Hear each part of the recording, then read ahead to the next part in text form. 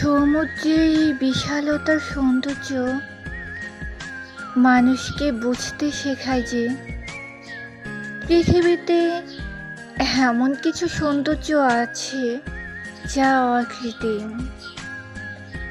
তুমি যদি সমুদ্রকে উপভোগ করতে পারো, তাহলে এই বিশালতার সৌন্দর্য তোমাকে আত্মিক রঙে জড়িয়ে রাখবে।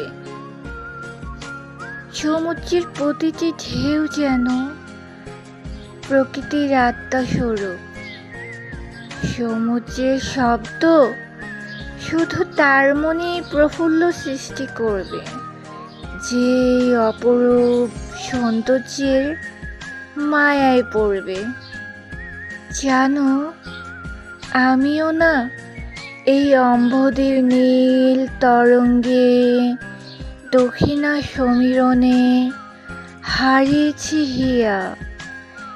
এর জন্যই হয়তো ক্যাট চপিন বলেছিল, সমুদ্রের শব্দ আত্মার সাথে কথা বলে।